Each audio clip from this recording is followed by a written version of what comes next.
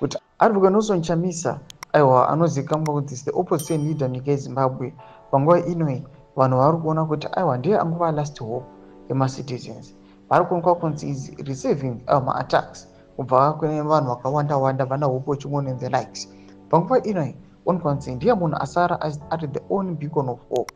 Tsana pena mashuka mudanyirwa panapa ari Nelson Chamisa. Rupe panoti subscribe like on the bell icon. Tipita pana pamzara nhasi. Ari Nelson Chamisa mudanyira achiti love is the evidence of true disciples. A new commandment I give to you, that you love one another as I have loved you, that you also love one another. By this, all will know that you are my disciples, if you have love for one another. John 13:34-35. Love one another. Love all.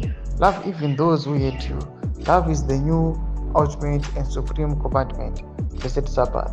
Ndomashoko akasirwa nari Nelson Chamisa yesterday vatonoti aiwa Nelson Chamisa vanachiunaita nyika yeZimbabwe vachiti aiwa you must love one another.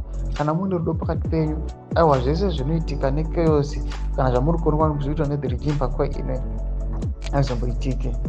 Mashoko atoona panguva ino ari Nelson Chamisa atona kuti ndo munhu atarisirwa aiwa nenyika yeZimbabwe kunzi aiwa ndiye atonga last hope. Ndoda kuti people they've seen kuti aiwa the regime have disappointed and have betrayed. Panguva ino itoona kuti aiwa letters they are being signed, vanhu vachibribana pamusoro peland, pamusoro pemari and the likes, vachiramba vachida kuti aiwa the regime irambe iri on to power. Panguva ino vanhu vanyatsa kuona kuti aiwa hakuna kwatiri kuenda.